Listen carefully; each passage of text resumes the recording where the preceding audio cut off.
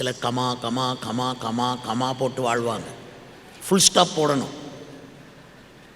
இயேசு பின்பற்றணும் நினைக்கிறேன், ஆனாலும் கமா.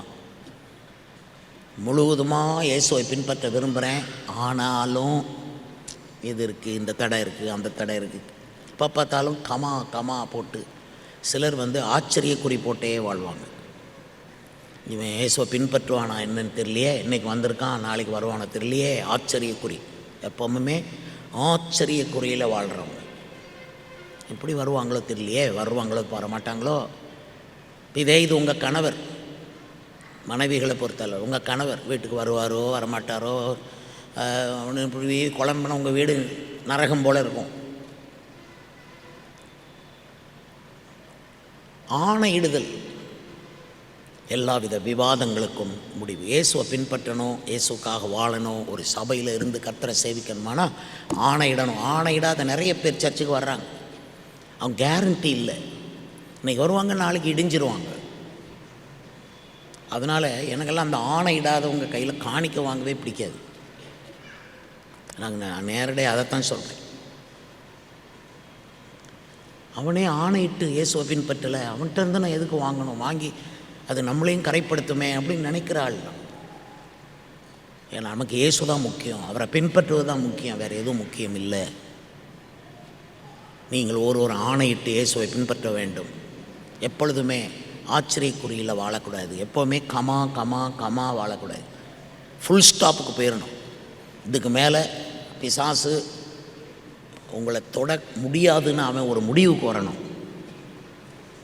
தொட முடியாது, இவனை தொட முடியாது, இவளை தொட முடியாது, இவனை நான் விட்டுறேன் அப்படின்னு பிசாசு உங்களை ஃபுல் ஸ்டாப் போட்டுருவோம். நாங்களும் உங்களை அப்படி நினைக்கணும். இனி இவங்களை கிறிஸ்துவின் அன்பை விட்டு பிரிக்க மாட்டாது என்று நிச்சயித்திருக்கிறேன். பவுல் சொல்கிறார், எதானாலும் கிறிஸ்துவின் அன்பை விட்டு பிரிக்க முடியாது என்று. அப்படி விசுவாசிகளாகிய நீங்கள் வாழணும். விவாதத்தில் வாழக்கூடாது, கமா கமா வாழக்கூடாது. ஆச்சரியக்குறி, எப்போ வருவேன், என்ன செய்வேன், என்ன நடக்கு தெரியலையே, அப்படி வாழக்கூடாது. நிச்சயம் இல்லாதவனாக ஓடேன் பவுல் சொல்கிறார். நான் ஆகாயத்தை அடிக்கிறவனாய் சிலம்பம் பண்ணேன் சொல்கிறார்.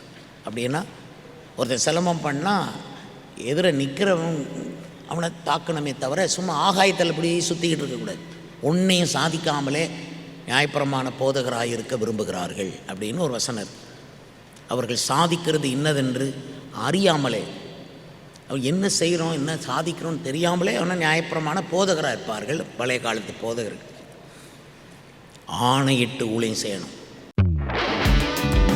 புதியின் கோட்டை ஆலயம் புதிய பேருந்து நிலையம் அருகில், திருநெல்வேலி 620007 தமிழ்நாடு, தென்னிந்தியா. இணையதள முகவரி www.fortopriceministries.org.